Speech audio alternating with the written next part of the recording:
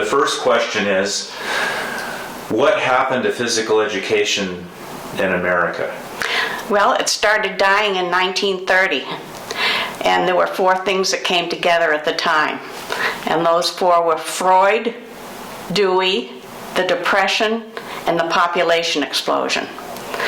And Freud basically said that adult neurosis started in early childhood, or could. And everybody took that and reinterpreted it to mean that your kid had to have fun no matter what. They had to be happy.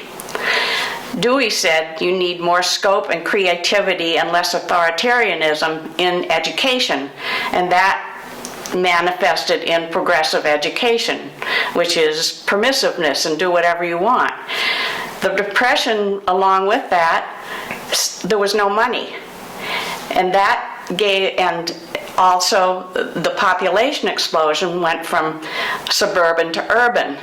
And so that gave the education people and the physical educators as well the license to play games and take away calisthenics, make the child happy, and that's where it all started. In addition, people like Jessie Faring Williams at Columbia decided that girls were weak and that if they did strenuous activities such as running and jumping and track and field, that they might scramble their reproductive organs.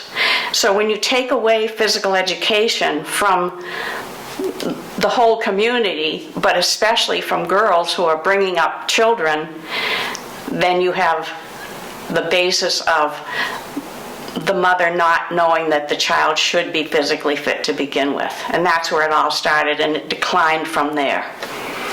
Interesting. So what we have found is that a lot of the issues that our country started having were around that progressive era. That's when the education shifted, and so you've tied the progressive era into PE as well. And no one has talked to us about Freud. That's the first, and it makes sense. And that's when the battle of the systems was going versus the classical physical education model versus the play recreation type of model, right? And when they didn't have any money, they put the gym equipment, the balls and the rings and all the Indian clubs and the wands and so forth, and all the big equipment went in the closet to make room for classrooms. So they didn't have any gyms, so what they had were 3 balls, a football, a baseball, and a basketball. And that's no good for girls. Right. So you got girls left out of the total equation. So this is interesting because we think of physical education, well, many people think of it as the girls didn't come in until Title IX in the 70s, but actually they went out around 1930 and they came back in later. Up until 1930, girls were on par with the boys as far as what they did. They had used all the equipment. They did all the calisthenics. Right. There was nothing wrong with the girls until a couple of men said that there was a problem. And that's when modified push-ups started coming in.